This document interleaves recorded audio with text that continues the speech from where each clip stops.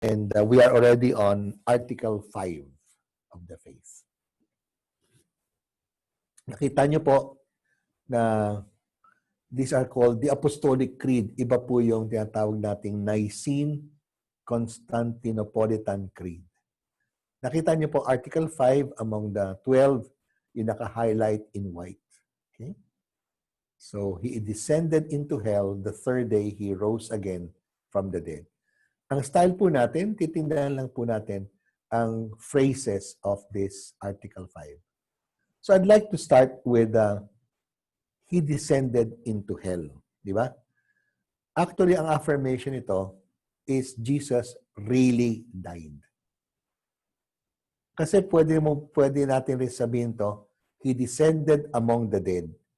Pinaltan po ni Pope Benedict na maging mas, how do you call it, mas akma sa Latin text ng misa. Kasi we are Roman Latin Rite. So he wanted the translations to be as close as possible to the Latin. So napaltan po yan, descended into hell. Nakalagay po naman dyan, no? Hell as not the place of the damned. But that means where Jews and Christians, therefore in the time of Jesus, they believe that the devil and the demons reside in hell. Ang ibig po sabihin dito ng hell is Hades. Yan po, Hades. Where the dead descend, the place of the dead. Yung hellfire po, yung init ng impyerno, meron po diyang comparison, allegory po, symbolism ang mga Hudyo at Jesus Christ. Kasi merong low area outside the city of Jerusalem. Before you go to the new city, there's still a trash pit. They throw all the basura and it is burnt at that time. And of course, ngayon, bawal na ang burning.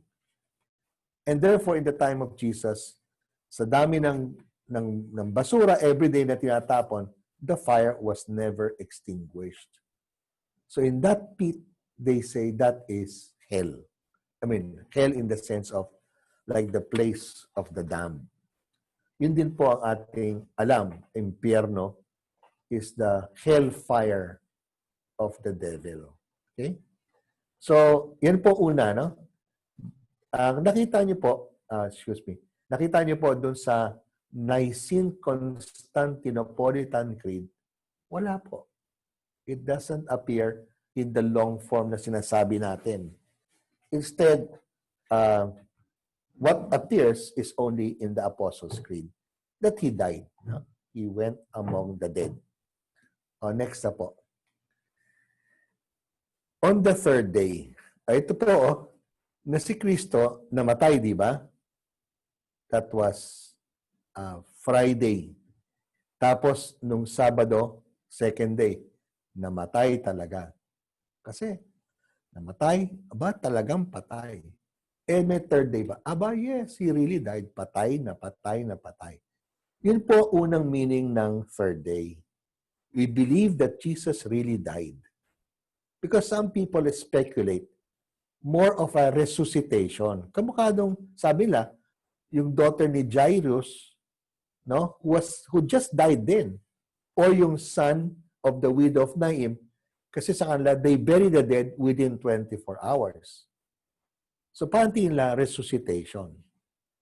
So, the third day would mean talagang namatay si Jesus. So, that's our firm belief that Jesus really died. No?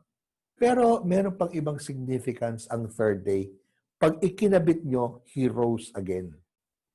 Kasi the third day meant for the Jews the glory of God na pinakita niya at Mount Sinai when Moses received the Ten Commandments. When God manifested Himself by saying, itong kalooban ko, itong gusto ko sanang mangyari.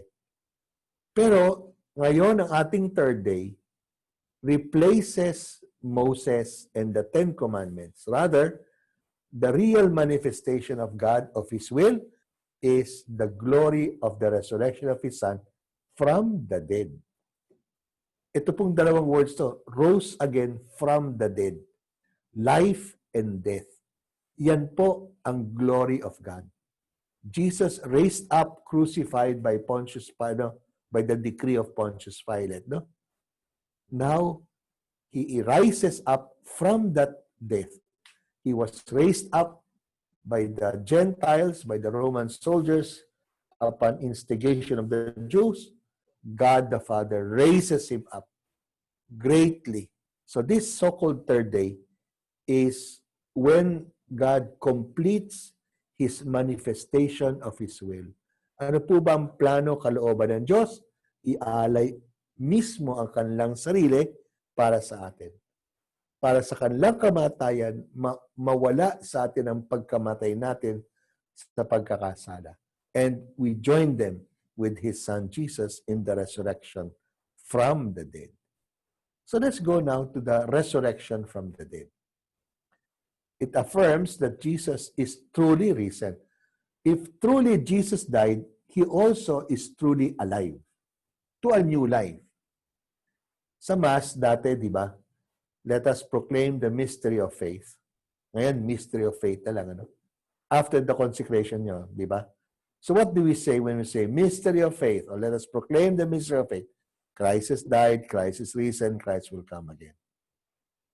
Itong rose again from the dead, this is the core. Ito po ang pinakagitna. So, di ba, Artikulo 5 to? Ito talaga eh. Ito talaga ang core. Nasa gitna ng 12. No? 5, dapat 6, and makikita natin sa 6 yan bukas. So, this is the central nerve of our faith given to us by the apostles. Christ has died, Christ is risen, Christ will come again. Pero ngayon, pag tinan niyo po yung Nicene Constantinopolitan Creed, andun po, no, precisely rose again on the third day from the, in accordance with the, rose again in accordance with the Scripture. Bakit po yan? Because the fathers of the councils of Nicaea, 325, Constantinople, 381, wanted to reiterate that their declaration of faith is based on the so-called written Word of God. Bakit?